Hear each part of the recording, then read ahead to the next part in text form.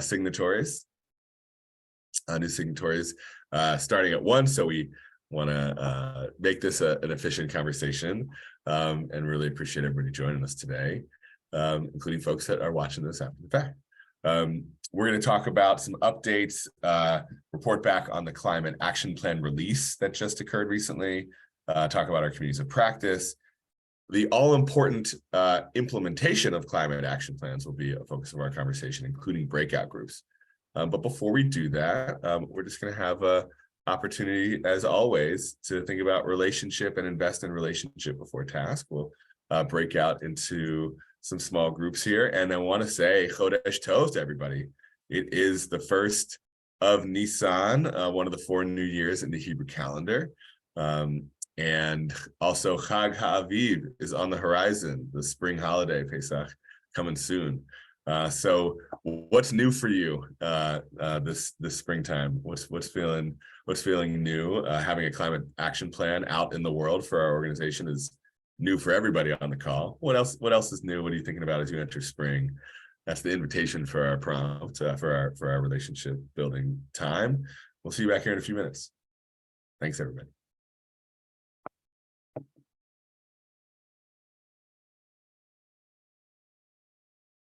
Here's everybody. All right. Welcome back. Great to see everybody and great to have a full room here. So we are going to talk about updates. I think maybe folks have seen, and you can see, I know Lior's name here. We are now Adama. We've rebranded from the hyphenated Chazon Pearlstone to Adama. Hope you've had a chance to see our new website at adama.org. We're really excited about it and how that website really prominently features the coalition and the climate action work that we all do together. And we're really grateful and excited about our collective coalition founding partners climate action plan release. Risa will share more on that momentarily, but the big headline that I'll just share and really want us all to celebrate is that all 20 founding partners that signed on to the coalition released climate action plans. And it was quite an amazing thing to convene and gather all of us together, and then to, over the course of a year, it's been a full year since our first meeting, to see everyone really work through this, not just together on these calls, but obviously a lot of work internally for all of you to steer these through. So it's really a tremendous moment. Obviously, a milestone with plenty of good work ahead, but really tremendous. And you can find all these climate action plans on our website at adama.org. And to talk about coalition outreach for a few moments here. Obviously, there's been a lot of effort put into this thus far, and really want to thank all of you for your support, hosting information sessions, inviting us to speak at conferences, sending out emails. A lot of effort that we've put into this, and obviously we would not be able to do this outreach and wouldn't have nearly the same engagement and participation without your leadership. We really want to thank you for that and celebrate together that we now have over 180 organizations that have signed on to the coalition.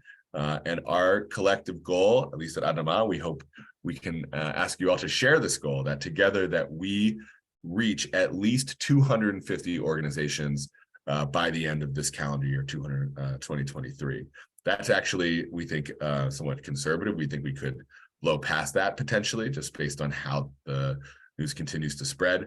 But we do want to put that number out there that we're at 180, and we hope to get to 250 by the end of 2023. And as we think about welcoming new members, obviously any Jewish organization is welcome to sign on. And want to highlight 2 categories of organizations that we're specifically interested in recruiting, that you all, in your much greater familiarity with the network, we want to ask for your support in this kind of recruitment. The first is organizations that are undertaking major building renovations. That is a huge moment of potential to think about moving towards net zero. Obviously, new construction is also either renovations or new construction. So any local member organization in your network that falls into that category. I know, Jessica, this is less obvious for Moishe House, but for those organizations, many of us here do have buildings, do go through renovations, do undertake new construction. That's big. That's really, really big opportunity to save money in the long term, to model for the broader network. So please let us know and think about those folks in particular as really important priorities for recruitment. And the other is, and this is, certainly a subjective thing to describe, but we all have in our networks the individual leaders, the sort of flagship, sort of iconic, largest and most successful, most influential member organizations or sort of nationally prominent leaders within our network. We're interested in bringing those folks on, success stories that have broader visibility and influence in the network. There are certain national organizations, nationally prominent organizations like seminaries, rabbinical schools, right? Those kinds of folks that have national visibility. But within each network, we believe that exists too. And again, your networks better than we do. So we want to think about that as the second category. First category is, where is there significant facility development work that this could be a major way to impact that direction of that. And the second is, who are the real influencers and leaders and models in your networks that bringing them on will have a broader influence on the field. In our one-on-one check-ins together in the months ahead, we would love to brainstorm about those two categories with you. And the other point I want to make about outreach is that while that continues to be a goal to grow from 180 to 250, we also want to make it really clear to everybody here that we are spending actually noticeably less time in growing that number and pivoting a significant part of our capacity to really focus on the depth of our impact in implementation, and actually hiring a new program coordinator to focus on coalition member support, so that the 180 going on 250 members that we do have, and particularly within each of your networks, we could identify where are the real priorities that we want these climate action plans to be the most robust, the most meaningful, the most impactful, and the success stories that we can look back a year, not even a year from now, 10 months from now, Tu B'Shvat 2024, when we release not just the climate action plans year 2, but those will be climate action reports as well. What have we accomplished, right? And we've in this first round put out the climate action plans and talked about actions in years past. That will be an important moment when we get to next Tu B'Shvat. And so we're really excited to continue growing the number, and also really excited to focus even more so on implementation, on impact, and on meaningful climate action.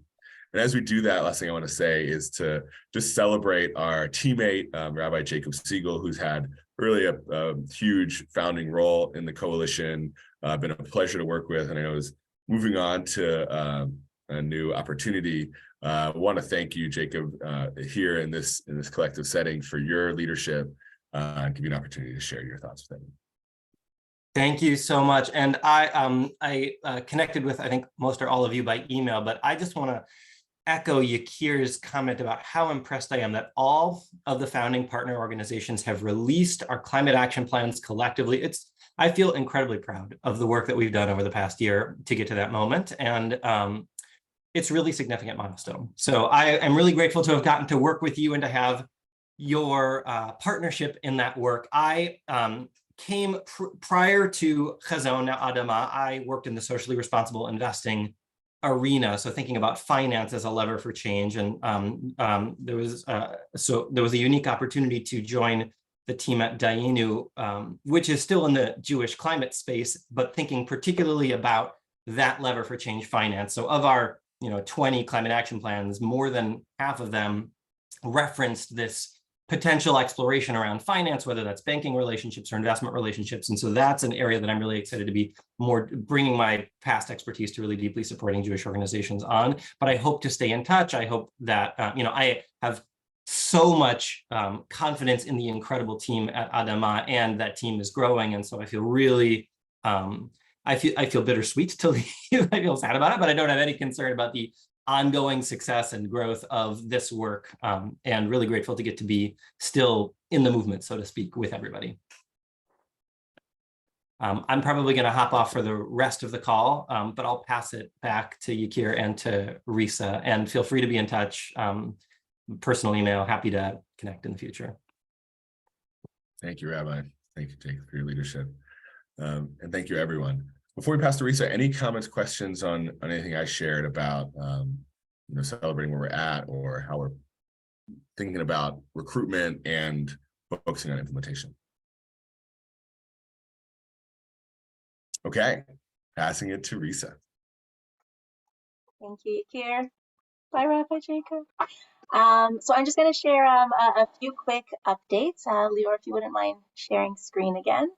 So echoing Yakir, echoing Jacob, all 20 organizations released climate action plans, which is really exciting, really a huge moment, a huge milestone for us to all celebrate together. Lior, if you'll go to the next slide. When the day of the Climate Action Plan release, we did receive some recognition, some acknowledgement in the press. Regionally, Jaymore Baltimore Jewish Living, as an example, featured about the CAP release. We got a shout out in eJewish Philanthropy, and we are also right now in conversation with some journalists at both the Forward and JTA about hopefully having something featured about the CAP release around Earth Day. Leo, if you go to the next slide.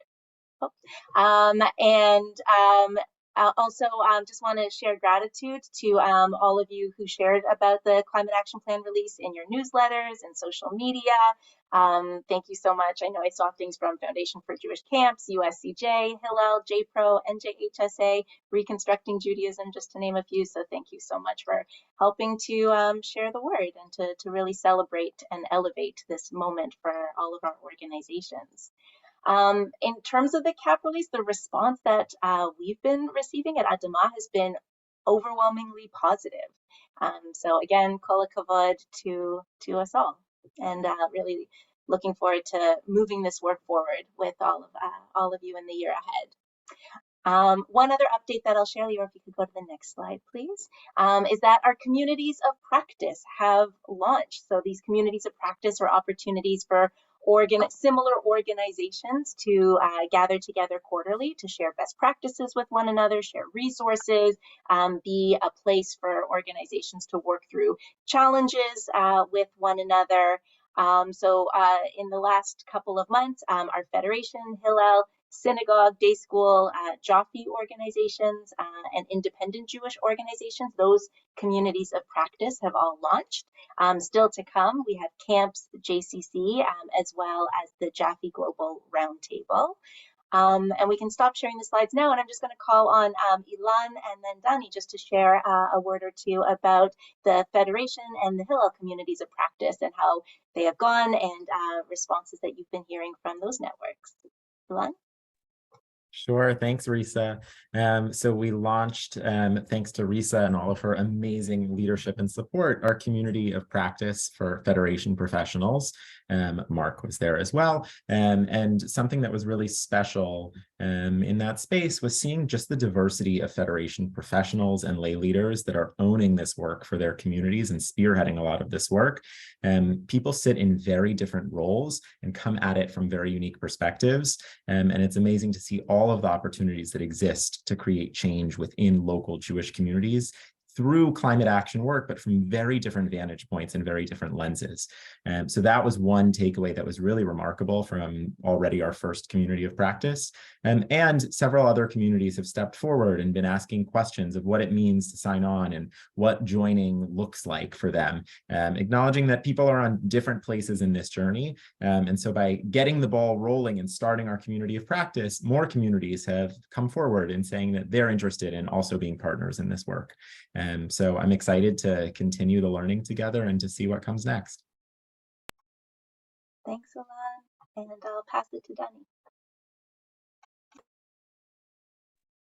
So we had our first community of practice meeting. We've got about a dozen or more, like a little over a dozen Hillels, I think, that have signed on. And it's exciting because as more campus Hillels sign on, and actually Risa has graciously agreed to join me for a call today with a bunch of board chairs of campuses across the country to talk more. So the community of practice, it's interesting. We have a lot of young staffers who are like very excited about it, but who don't necessarily have all the power in the organization. So I think it's a helpful opportunity for motivating our folks who are all in like different places to think about where they can actually affect change, what kind of impact they can have. So I'm excited. I mean, we've had one meeting, it seemed pretty meaningful, and looking forward to the next one.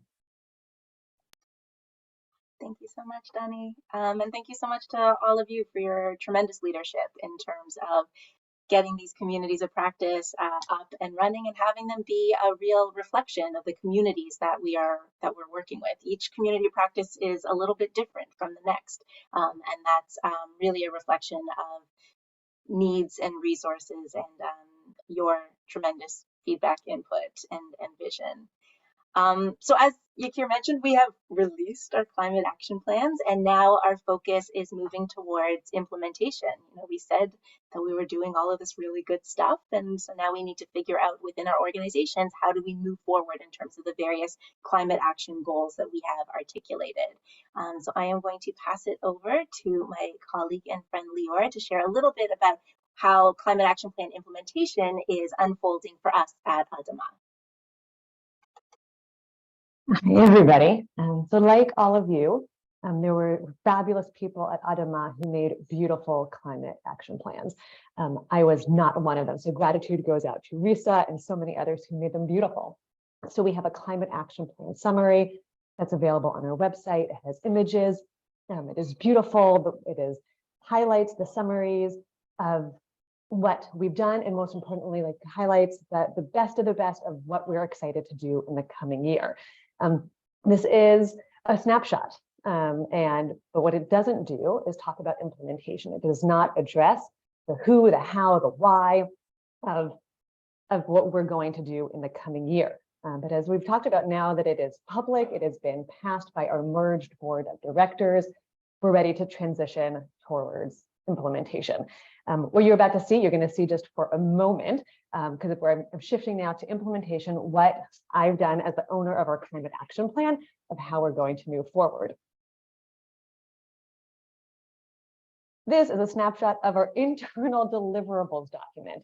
We internally at Adama are using MOCA, the manager, owner, consultant, helper, approver for project management. And you can see this is just every bit of our climate action plan of a deliverable, a task that we want to do, who's going to own it, who manages it, who on our team is going to be part of the process to see it through. And so this, and I'm going to stop because this is getting into the weeds of it all. And so this is kind of as me as an owner of this all, as the big picture of a climate action plan. As you can see, there were many other names on this document. So I have been spending time thinking about who owns each individual piece. And so that means a lot of meetings with individuals at the organization, talking through how their piece fits into the whole, support them in thinking through how they will move it through quarterly deliverables and the procedures and processes that they need to have in place to implement this big picture that we've all been working on over the last year. And they're not the only ones. As many of you have even referenced, we have a climate action committee of lay leaders and board members who are passionate around climate action, who have a particular expertise. And so they're now brought into the details of our climate action plan, and we've met with them, heard back from them on feedback and suggestions for how to implement in unique ways. And then ultimately, we are part of you as well. So you are also the founding partners. And as Yakir mentioned, right, that all of us we were the first to share publicly our climate action plans. In a year from now, or just now, 10 months from now, we will share back not just a new climate action plan, but report back to the world on what we've accomplished this year. And so in our quarterly meetings, it'll be our chance to update you on what we've done, to hold ourselves accountable, and to share back. I'll be able to connect with all of the owners of that master deliverables document, hear the progress of what we've done, and then come back to you all to share the highlights. And to be honest, and share that there's going to be hiccups and there's going to be hurdles around implementation. And so we'll be able to share that with you, hear how you all are doing, and it can be a collaborative space of exploring and ultimately getting to the best and strongest climate action plans year after year. Back to you, Lisa. So I'm just going to pass it to you, Kier. Thank you. I mean, are there any questions, comments on anything we were just sharing? I have a question, Lior. Was that a specific project management software for folks working on climate action, or is it just a good project management software that we could use our own? I'm just curious. It's called an Excel spreadsheet. It's just an Excel spreadsheet. That was my question. Yeah. Basically an Excel spreadsheet with the Mocha outline of it. Happy to share a template of it as we are cleaning and deleting but using that framework across our team and is now part of our implementation on the climate action plan. Well, I ask, and hopefully this is helpful for other umbrella organizations doing work with locals for two reasons. One, it'll be good for our own climate action plan. And as we do the community of practice or cohort with JCCs, it's just another tool that we can give them so they can manage their own climate exploration and eventual plan. So thank you. That sounds great. Looks great. Absolutely. We'll be glad to clean it up and share it out. I'll just share that maybe about a year ago, we started using a tool called Airtable, and it's inexpensive, but it's not free. And we just keep improving and getting deeper into it and its capabilities. It's project management, it's task management, it's data management. It's like an Excel sheet on steroids, and every user that's inside of it has their own interface. So when you're project managing, if you make changes, the other helpers, owners, people get notifications. You can automate actions. It's really amazing and worth taking a look at. It's called Airtable.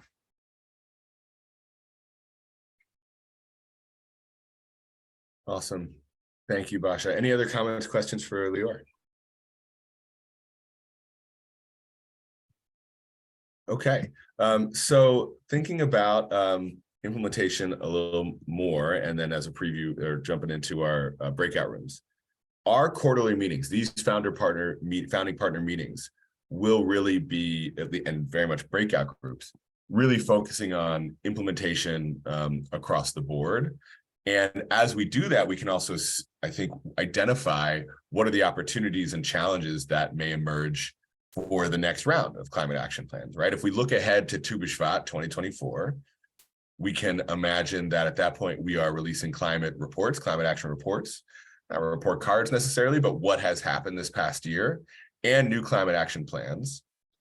And so along the way, we want to be really focusing on implementation and what we're learning and how that can inform where we go from here.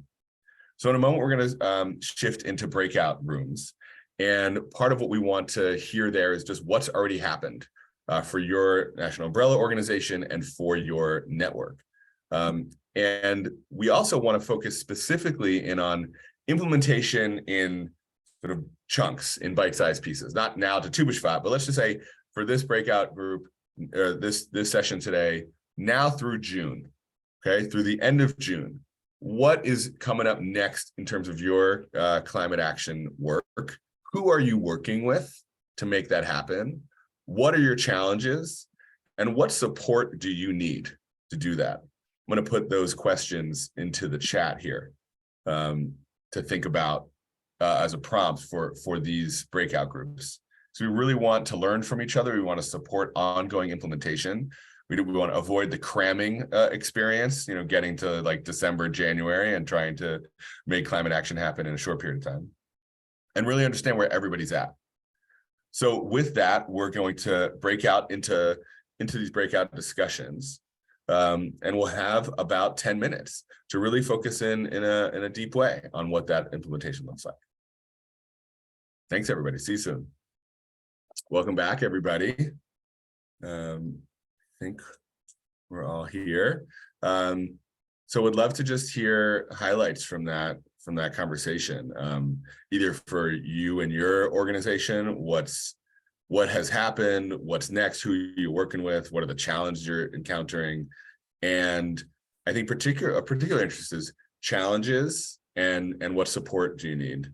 we want to hear highlights too. We're always happy to celebrate.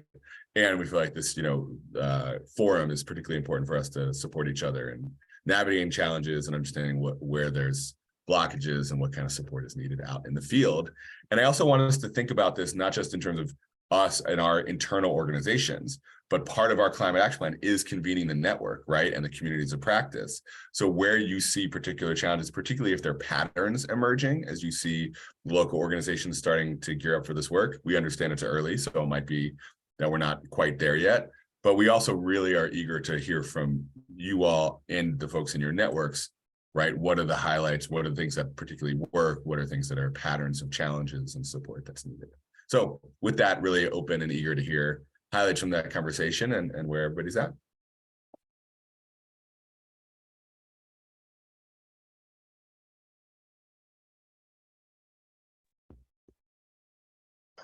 Yeah, Awesome. go for it. Hello, Jacob. everybody. I'm always happy to go.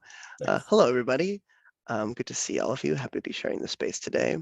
I was with Risa. We had a little one-on-one session, which was lovely. We got to chat and ask some really important questions to one another. Some highlights are that all of the three pillars of our climate action plan are really chugging along, which is fantastic to feel and hear and see and experience. But also realizing how daunting it is. There are so many moving parts in this kind of work. And the one thing that we glean from one another is that none of this work can ever really happen in a vacuum, is that it relies on a team effort from folks you are familiar with or maybe unfamiliar with, and navigating that as a professional and as an umbrella organization to catering to the needs of local organizations while also striving towards a larger communal goal is an interesting challenge, especially when we have folks in a variety of roles and current investment already in our cohort, in our, who will be, our three pillars are a JCC movement climate action learning cohort, a survey, a field-wide survey of the field for JCCs, and the third is an inward look at JCC Association, all which have been making wonderful progress. So it's interesting to feel the pride of things moving forward while also focusing and wondering about how they're going to move upward to elevate these spaces and this content, and who will be impacted by this kind of work, and who can we further impact, who should we focus on impacting, and a variety of different things. It's just the unknown is always quite daunting with this kind of work. But it's something that we're really leaning into and are excited to learn more about because as Mark and I like to talk about, or he brings to my attention often, is that this is year one. Like this is the 2023 climate action plan. We have 24, 25, and so on. And so the more we learn, the more we can grow. I think that prospects really keeps me going and gets me very excited for what's to come and kind of lean into the daunting nature of the unknown. And support is always welcome. Always happy to reach out to people when I can say, I don't know, let me find out, which has been a challenge for me as a professional. I always feel like I want to live in this bubble and get the work done for myself. So being able to create a community and working towards a common goal has been very beneficial and also a new challenge. I know I just rambled on far too long. Apologies, everyone, but that's where we're at JCC Association currently. Thank you, Jacob. That's great, and appreciate really the point about it's not that anyone is trying to just go in circles, but there is a process here, and we're on a journey, and so year one is different than year two. Really appreciate that. It sounds like that was a one-on-one conversation. So there's anybody from the other group that wants to share highlights, challenges, support needed along the way. I can Yeah. share a little. I think a theme that came up in our group, I was with both Marks, was the idea of like going off of what Jacob was sharing of like, this is year one, how do we build a strong foundation for what's to come?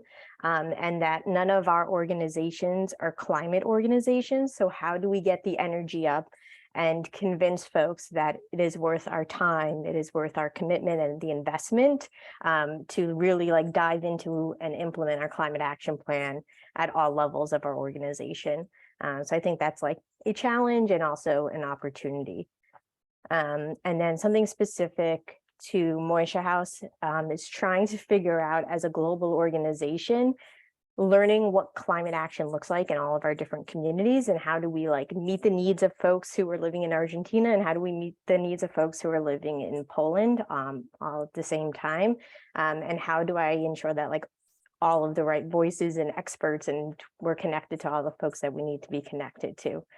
So if anyone has connections in all of the communities that we're in, I am happy and looking for all of those.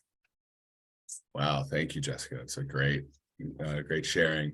I want to address actually the specific Moishe House piece first, and then sort of open up for follow-up comments from everybody on the broader question, I think. And there's definitely an international connection that many organizations here have, and we are big, supporters of climate action in any and all forums.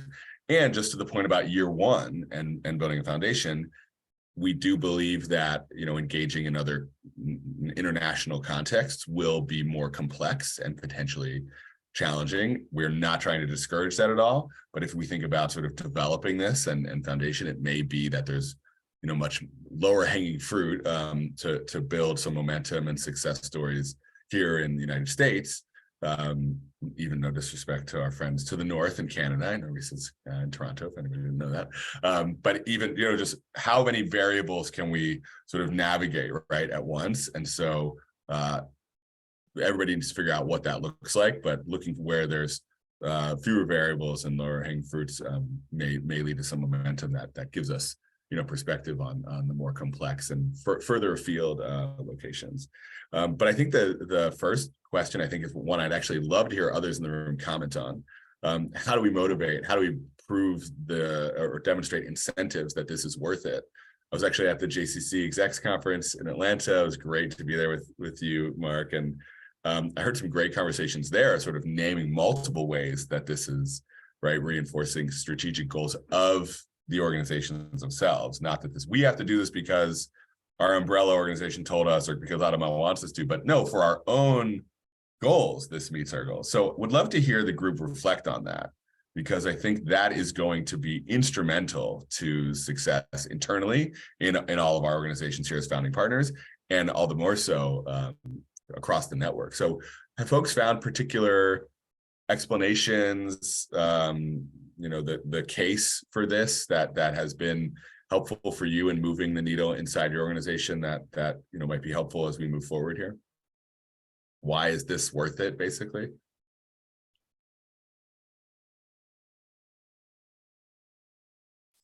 Clearly, everybody here was successful in that, because we're all here as founding partners that did release climate action plans, right? So what moved the needle for you? Yeah, I'll join. I think a little bit was peer pressure. Not necessarily for Jacob or myself, but to make sure this leadership knew that not only this was important, but that everyone on this call was doing it too.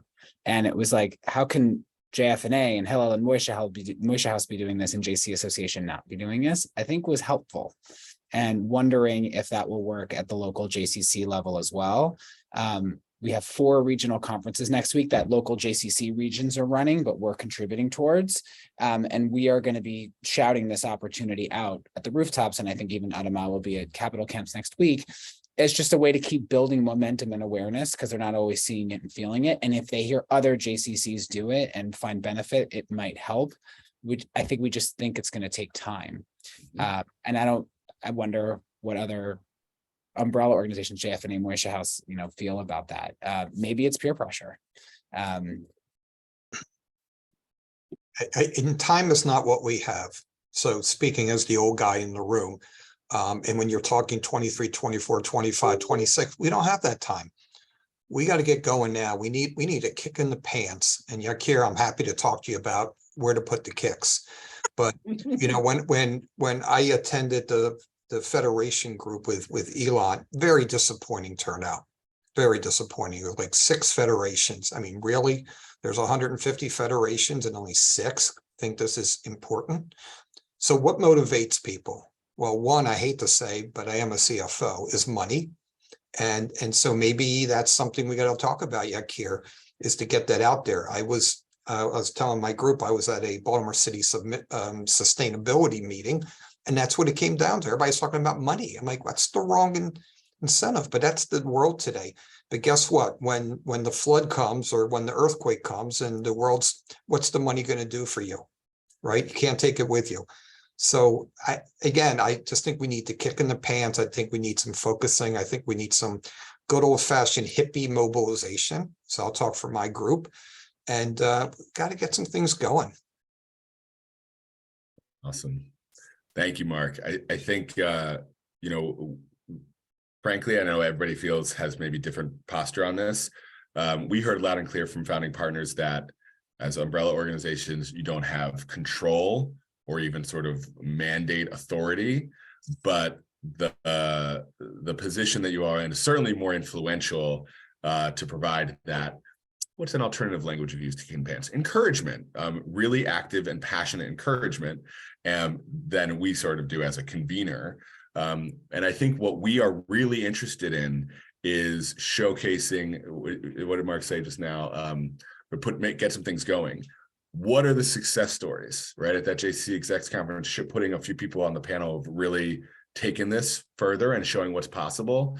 How do we shine a light on success stories that aren't just good environmentally, yes, but are good financially, are good in terms of talent recruitment, are good in terms of board engagement, are good in terms of fundraising success?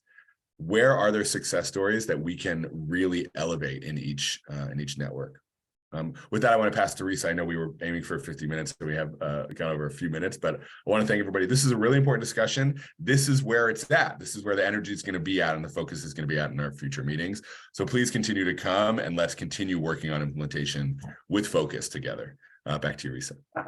Thanks, Yakir. Two super quick housekeeping announcements. One, our next meeting will be on June 8th. You should have all received a calendar invite with Zoom link for that.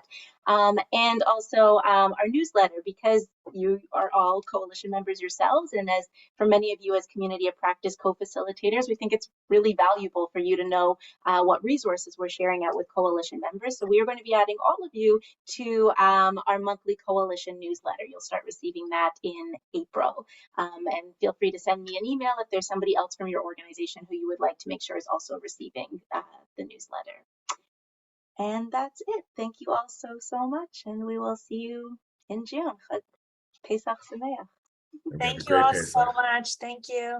Thanks, Donnie. Happy springtime, everybody. Good luck with implementation. We're here if you need us, and we'll talk soon. Be well.